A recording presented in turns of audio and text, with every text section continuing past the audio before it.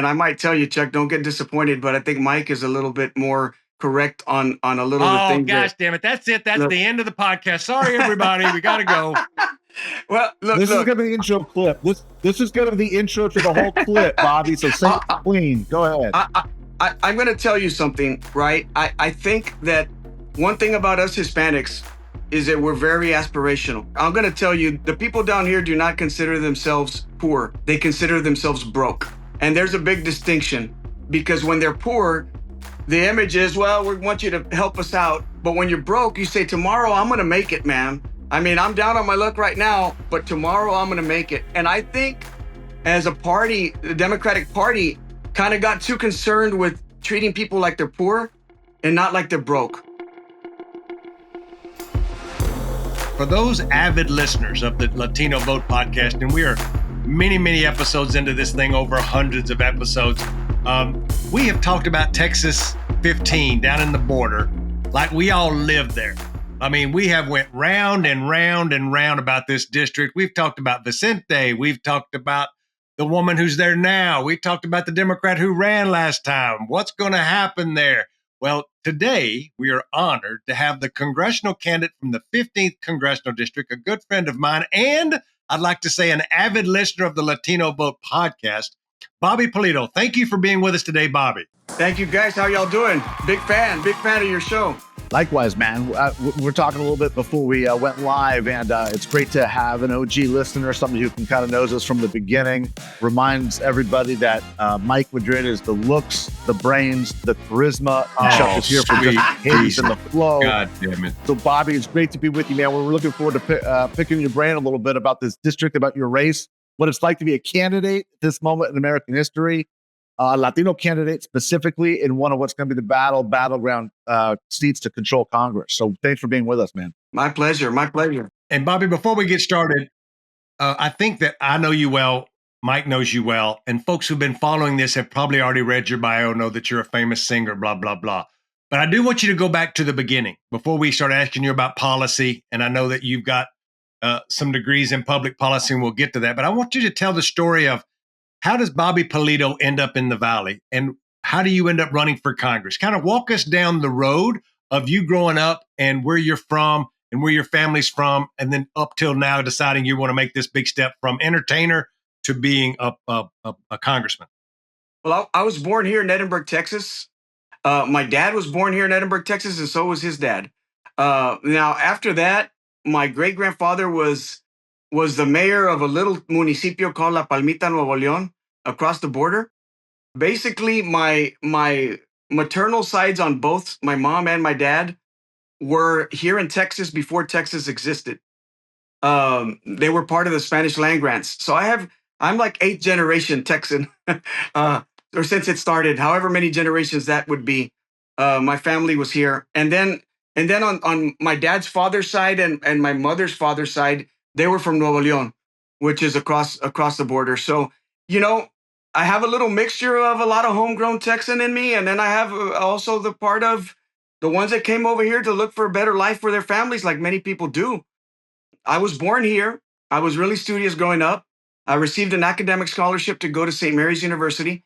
And I decided to go there because I'm Catholic. And I wanted to be far away from home, but not too far. And so it's about 3.5 hours of San Antonio from the Rio Grande Valley.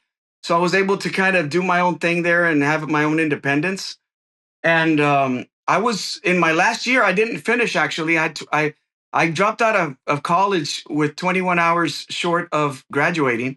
One of those visitas, it was a vacation and Christmas. I came down and my dad said, "Hey, son, will you record a song with me?" My dad's a very famous Tejano singer, and said, "Will you record a song with me?" And I'm like, "Dad, I want to be a lawyer." I was a poli-sci major, Texas Boy Stater, all of those things. And he's like, no, I just want it for me. So I did it. I recorded the song. I left back to college and I forgot about it.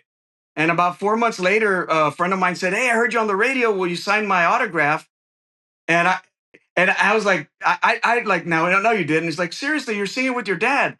So I got really mad at my dad because I probably could have won a big lawsuit, but because they used it without me signing a contract. But but nonetheless, the song did really well, and I got 2 record labels in a bidding war while I was a broke college student. And so I ended up renegotiating my dad's contract and negotiating mine.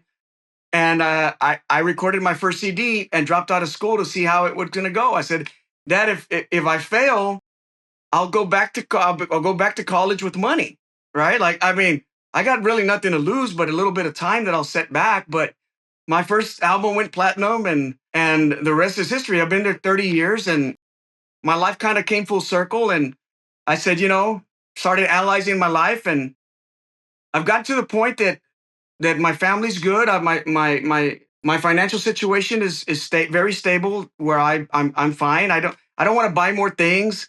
I just got to the point where I said, well, I want to do something with my life that matters. And music is great, but I initially wanted to get into politics, and I'm like, well, I'm 52 years old. I'll be 53 when I run. I'm going to try it. And I'll be honest, I didn't like the way a lot of the things were playing out here. The person that's my representative right now, when she won in 2022, I was not happy at all.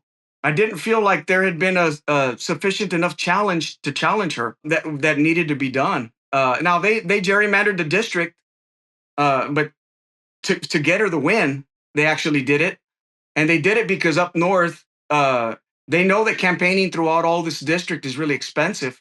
It's going to take a lot of money.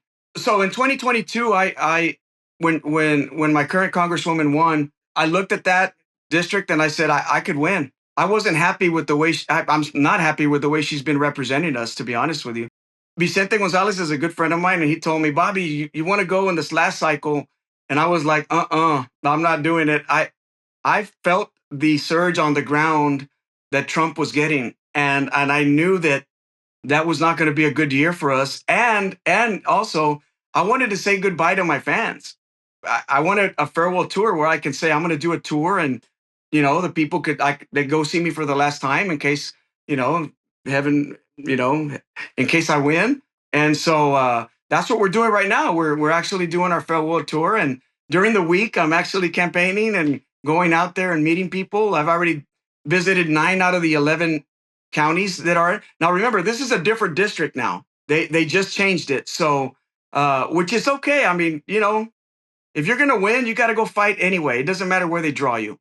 Talk to us about that, Bobby. Talk to us about those changes, how the district changed, what you're seeing from people, from the crowds that you're gathering, people coming to see you. Are they saying anything different now that the lines have moved, or are you hearing just the same concerns from different communities? It's the same people. I mean, to be honest with you, one thing that I wasn't disappointed in is that they gerrymandered the district so much that 65% of the district is new area for her. It changes the they don't know her. It changes the incumbency advantages a little bit, right?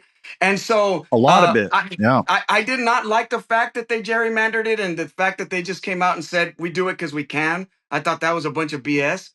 But deep down inside, I went, well, I mean, now she's going to have to go work it over there, and they don't know who she is. And honestly, she's going to run like that because she's never done a town hall.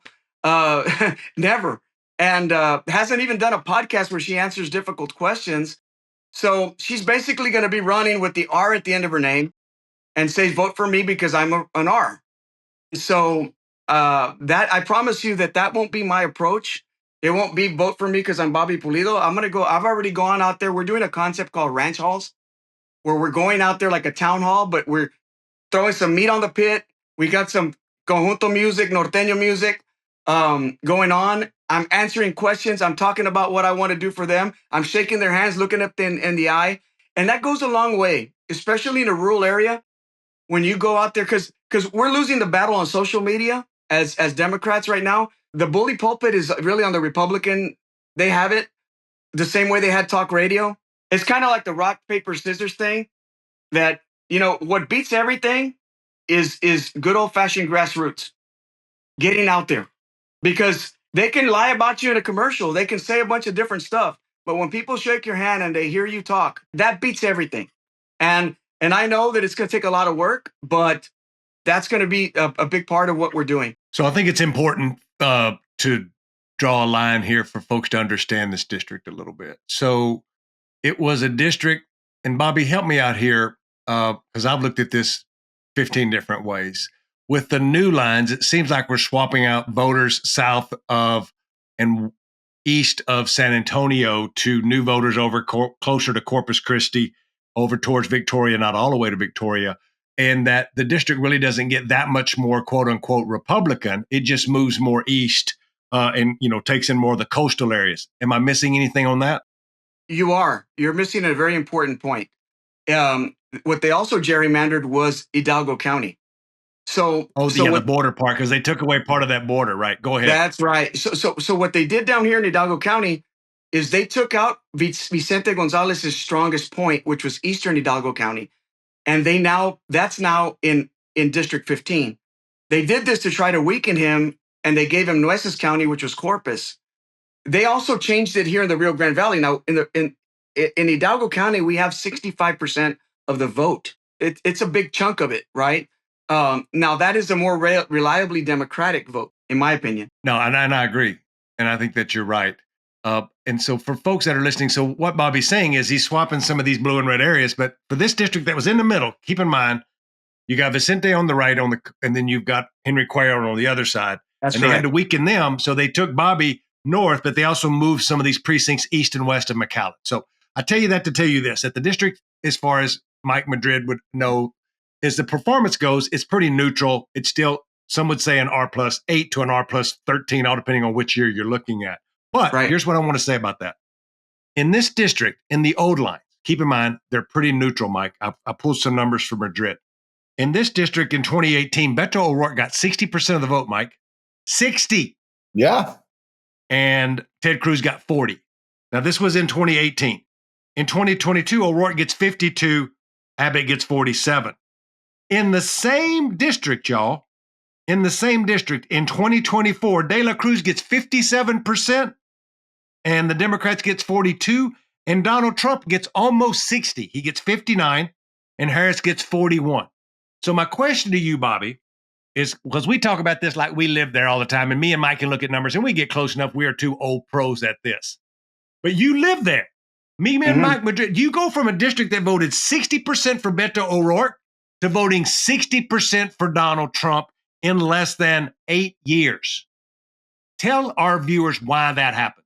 Well, it's a lot of reasons, and I've listened to both of y'all talk about that, and I might tell you, Chuck, don't get disappointed, but I think Mike is a little bit more correct on a little of the things. Oh, gosh, damn it. That's it. That's the end of the podcast. Sorry, everybody. We got to go.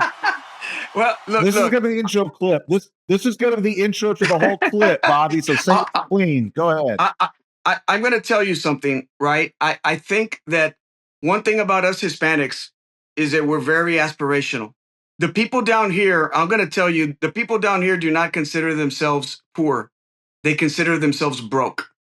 And there's a big distinction, because when they're poor, the image is, well, we want you to help us out. But when you're broke, you say, tomorrow I'm going to make it, man. I mean, I'm down on my luck right now, but tomorrow I'm going to make it. And I think as a party, the Democratic Party kind of got too concerned with treating people like they're poor and not like they're broke. And I think that there's a lot of people down here.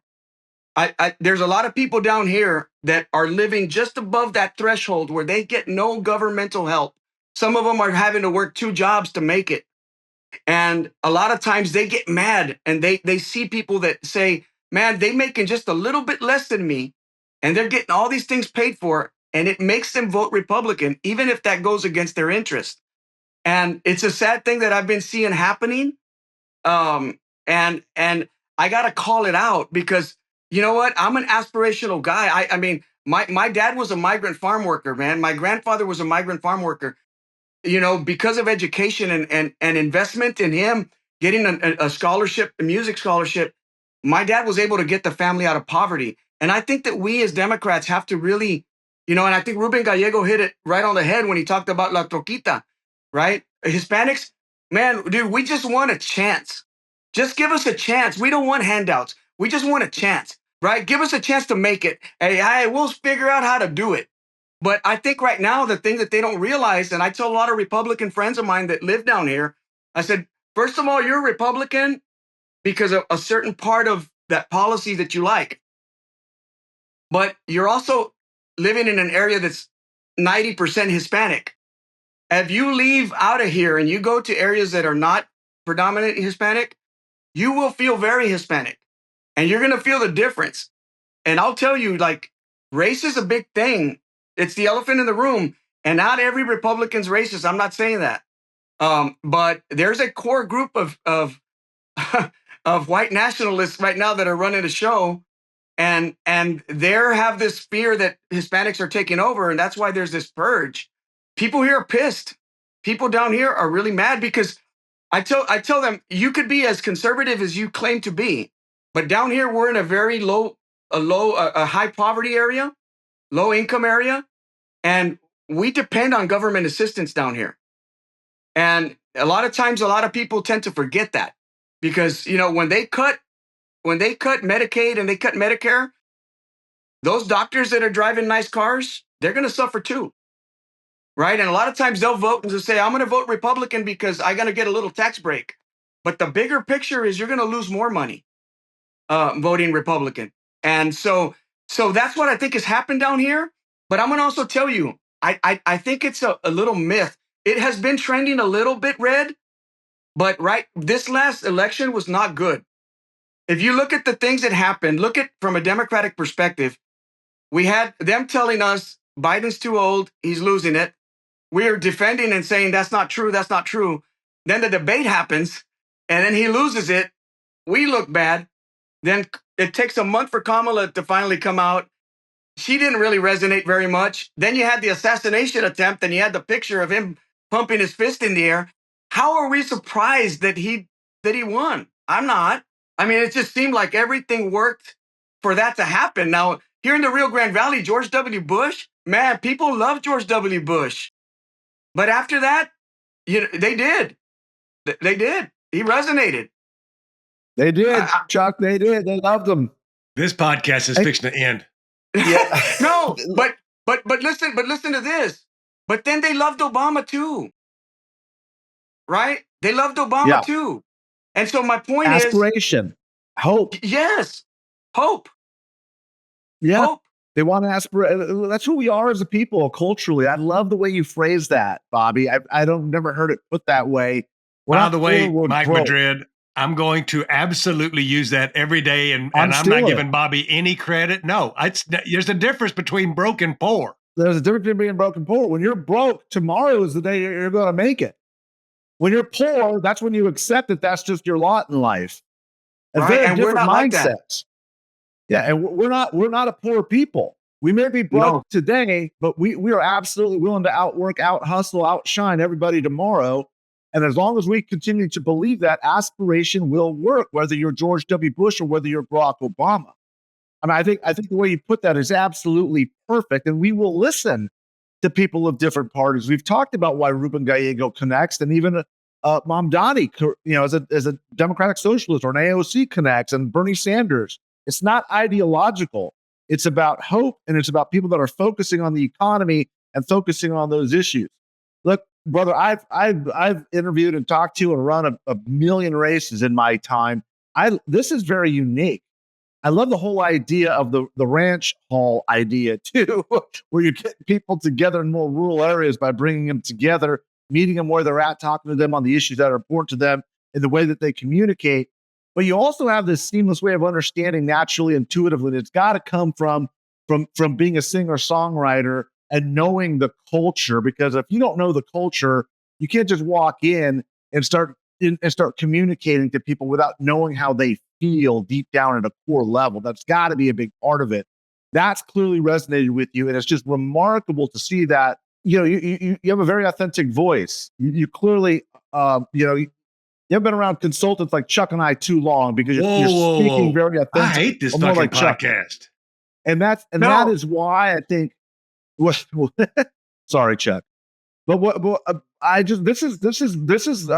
this episode, I think, is going to be one of our highest listens to episodes, Chuck. I mean, this is just good stuff, just hearing straight from the candidate. I love it. So, and I think that it's right. I mean, that's why Bobby's been my friend. We could have had Bobby on 6 months ago. I knew Bobby was going to run. Me and Bobby's had a lot of conversations, but I wanted to wait till now, because now he's out there. Now he's starting to talk to people, but it's different being an entertainer and running up and down and making people love you because you got a pretty voice and you look good in a cowboy hat. Now he's out talking to people, and everything that he's talking to them about is coming to what he told me was going to be their problem 6 months ago is exactly right. They don't care if you're Democrat or Republican. They care about if you care about them. They care about if you're going to help them have that optimistic to do something, right? And I said this yesterday. I did a special on MSNBC about male voters.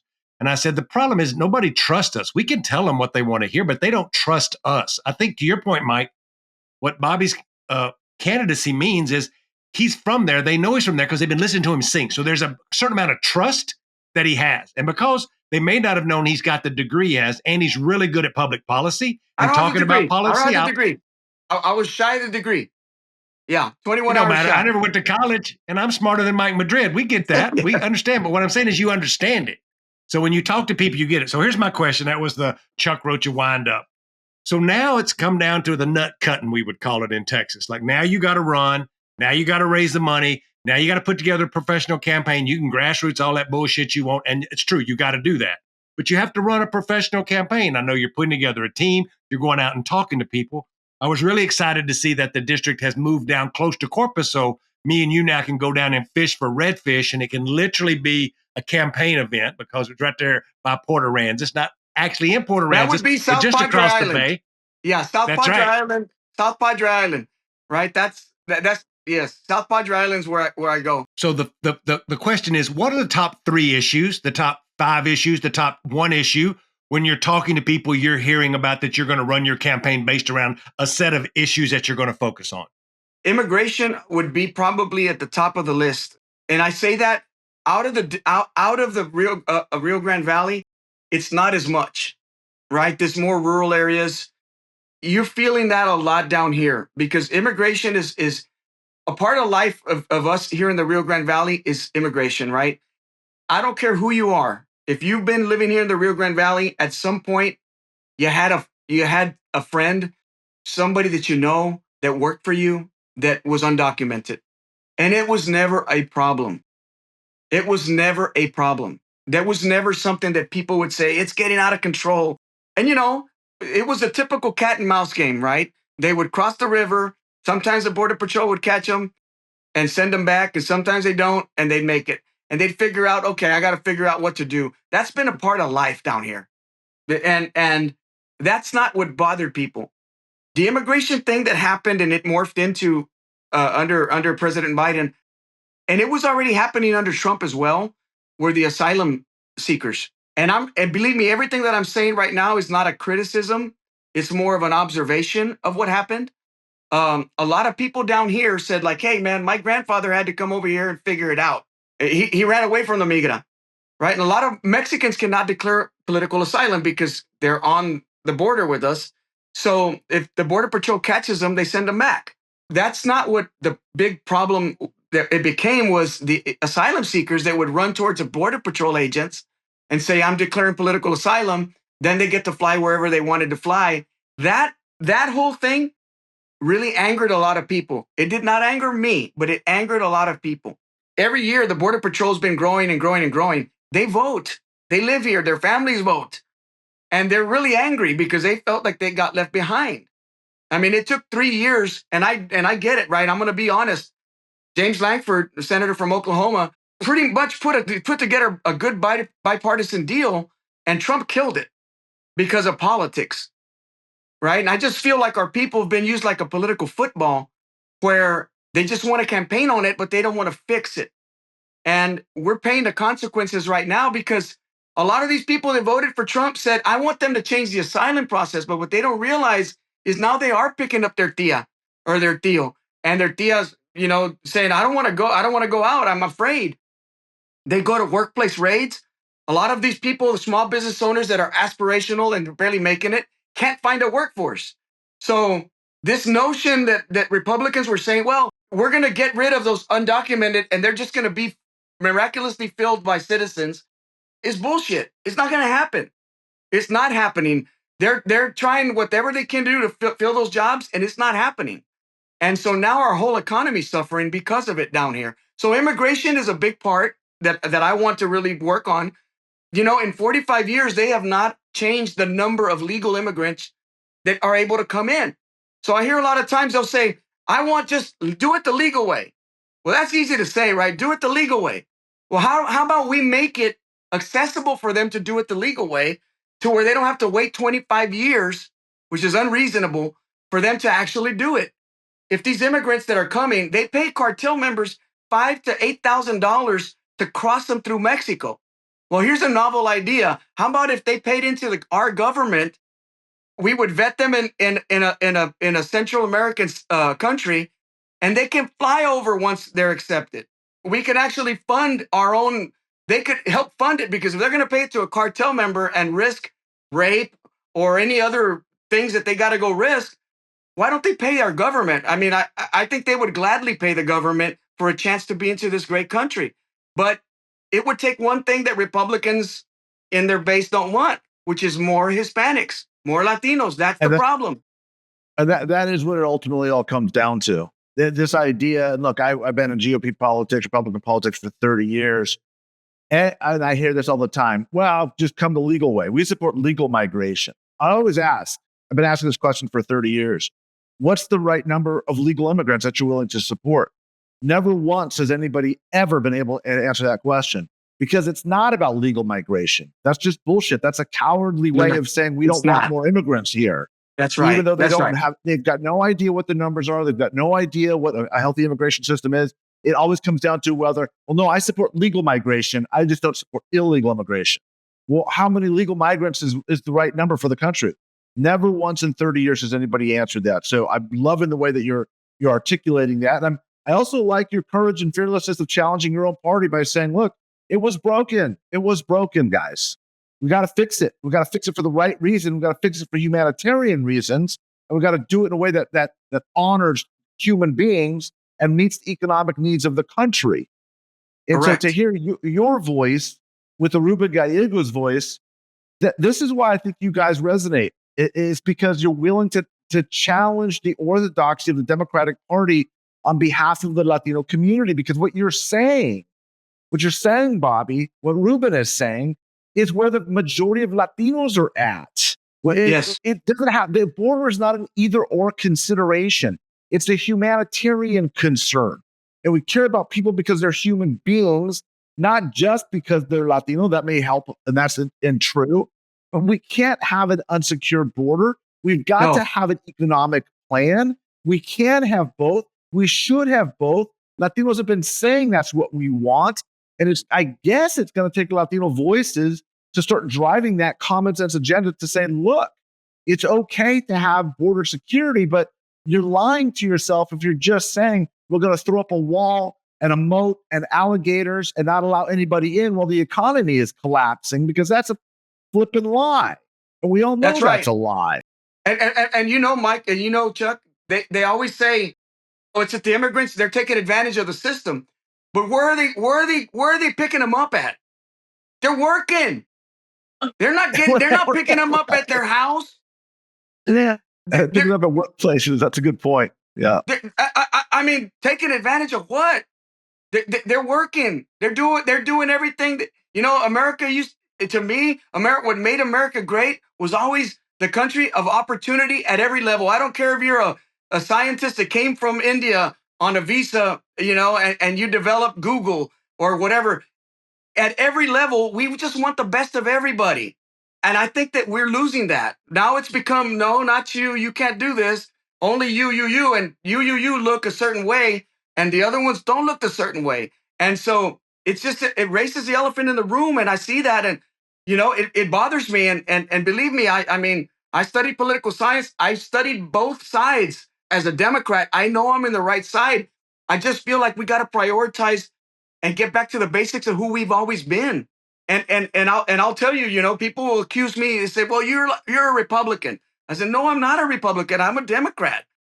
I mean, I believe in giving people an opportunity to succeed in life. And I feel like the Republican Party, they do care about the rich. That's their ethos is we don't want to pay taxes.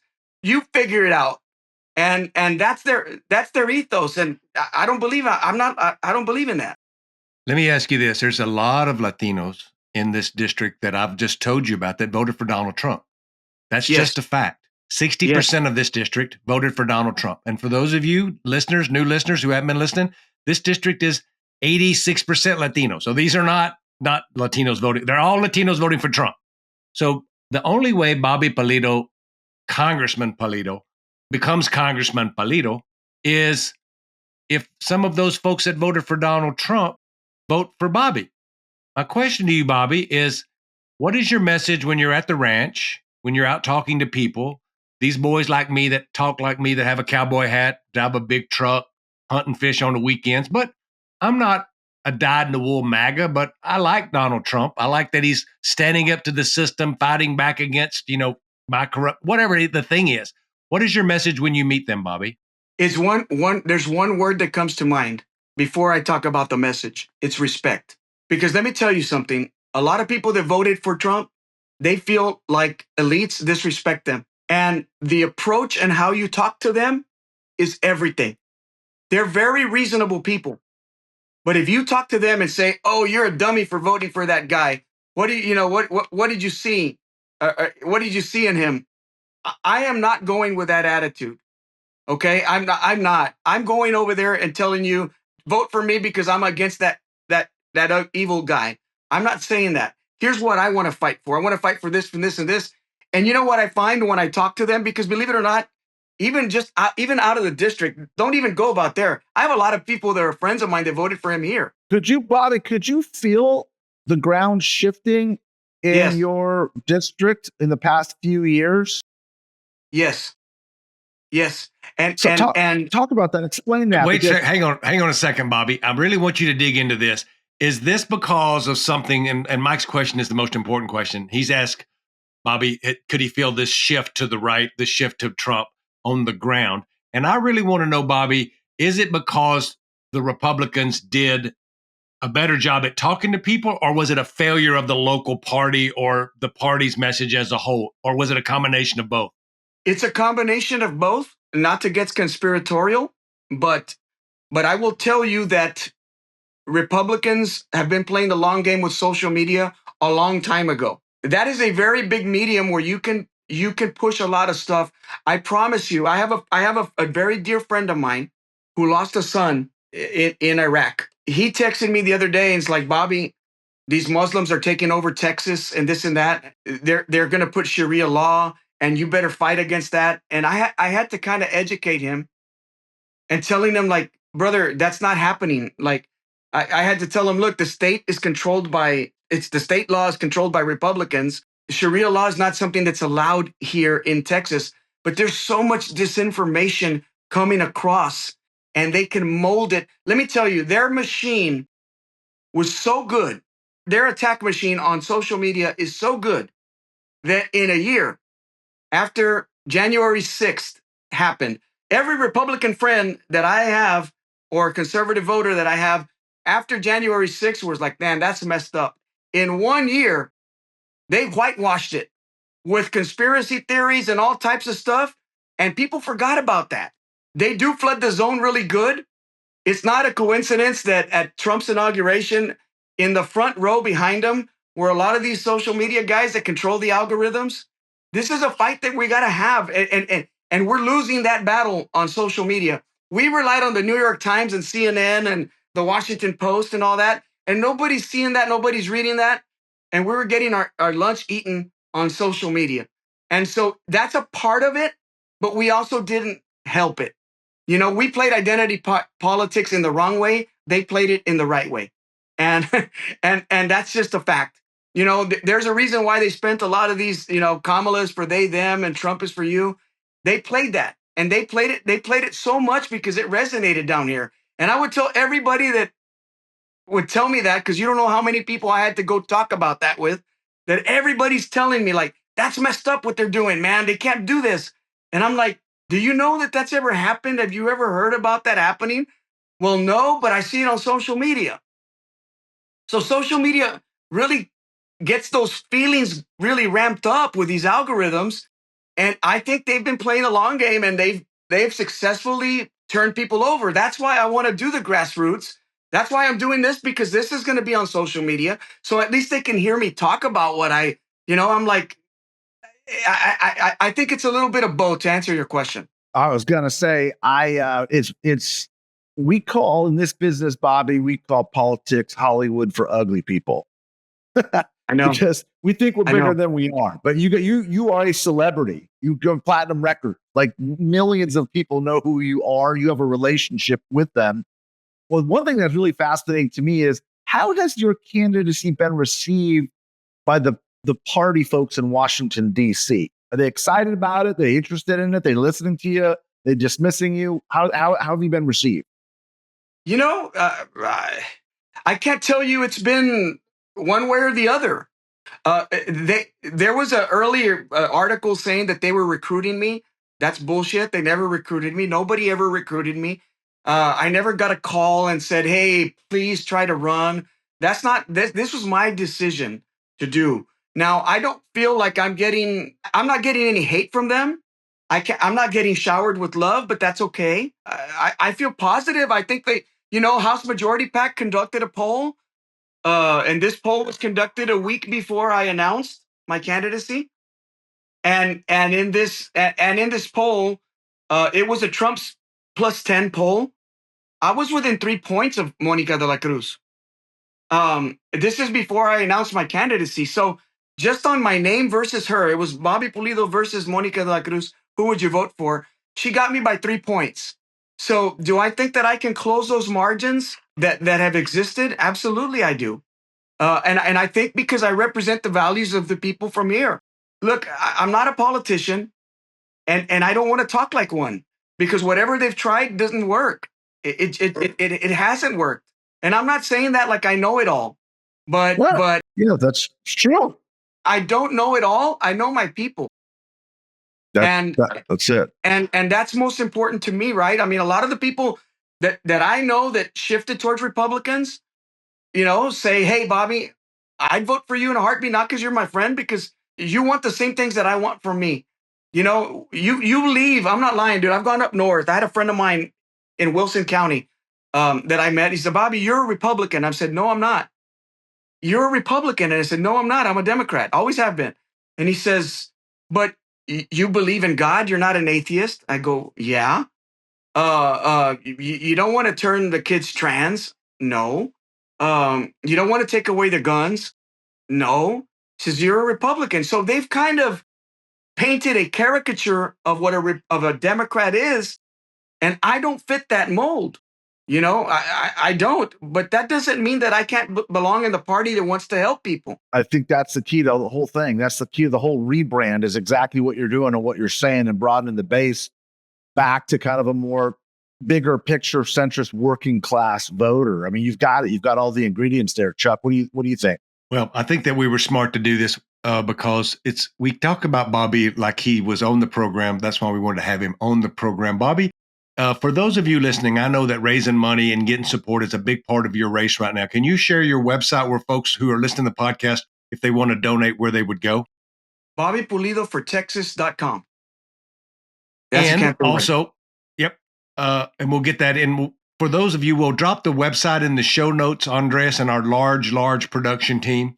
We'll also like to drop in there, Andres, his great launch video.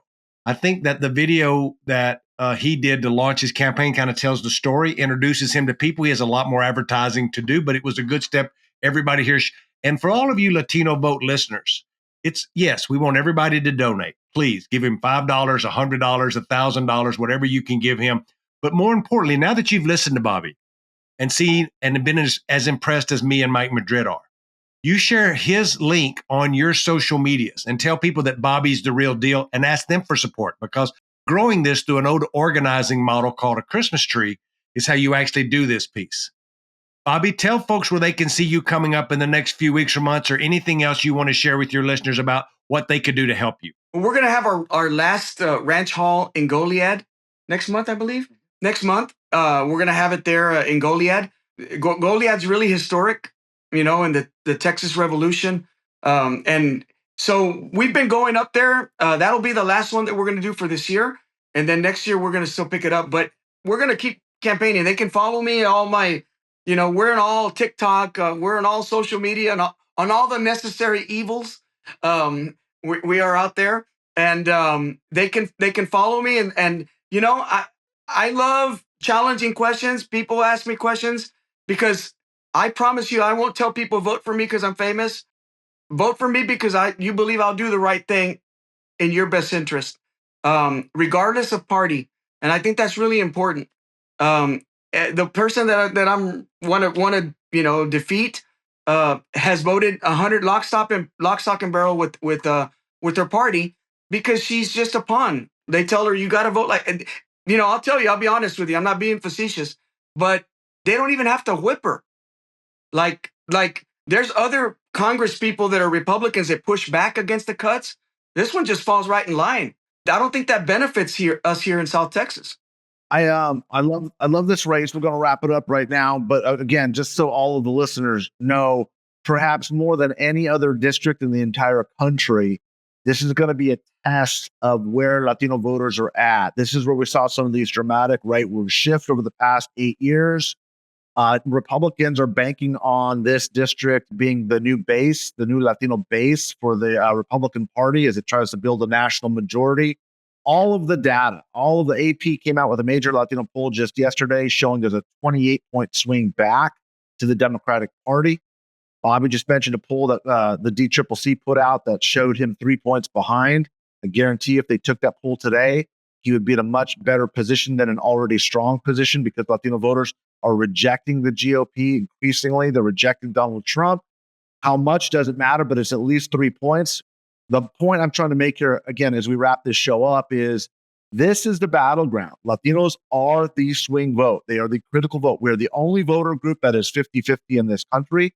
This district is tailor-made for this debate that's going to be happening. Bobby, I'm so grateful that you made some time today. I'm really excited about your candidacy, really excited to promote what you're doing and get people more engaged. We'll put your social media handles, those necessary evils down below too, so people can get a sense of that. As well as go to your website and contribute and get involved. If you've ever got campaign ads you want to put out, we're happy to kind of promote those too, push those out for you. I got an idea. National audience. And Chuck, why don't you bring us home? I got an idea. Here's what we're going to do, Bobby. So let's get you through the last quarter. I'm going to kick it to you one more time to tell your address to your website. What is it? Bobby Pulido for Texas.com. I need everybody to go there. I need everybody to donate. And here's what me and Mike are going to do. Me and Mike's been talking about, I've been trying to get him to McAllen. So what we do is you get through this quarter, the last quarter, but in the spring, or in the deep of winter, in January or February, here's what we're going to do. I'll tell Abel, I'll start working with him on locking down a date right now, that me and Mike come to the Valley and we do a live Latino vote podcast from the Valley with some local leaders. And Mike, we have a Latino town hall. Listen to me, Madrid, in McAllen. Me and you in McAllen. There's a great, I'll take you fishing right over at Madame Gordas over there. We'll do some fishing. We'll do some town halling. I'll get you some proper Texas Mexican food and we'll have us a town hall. What do you think about that? I absolutely love that idea. We'll make that happen real quick. And yeah, man, it's a special place down here. It really is. I'm in for that. Absolutely. I'll even bring some Changos tacos over too. We'll do a little California. Oh, here we go. Eat off here. Brother, You're outnumbered today. You can't hang with that one, brother. You're outnumbered today. We'll see. So this is a good way to end it. We're going to have the taco cook-off in McAllen during the Latino Vote podcast. For all of you at home, like I always do, if you're lucky enough, still have your mother and father, make sure you give them a call, tell them you love them. Also, give Bobby Pulido a little love. Go to his website, make a donation. And for everybody else, thank you, and y'all have a great week. Thank you, guys.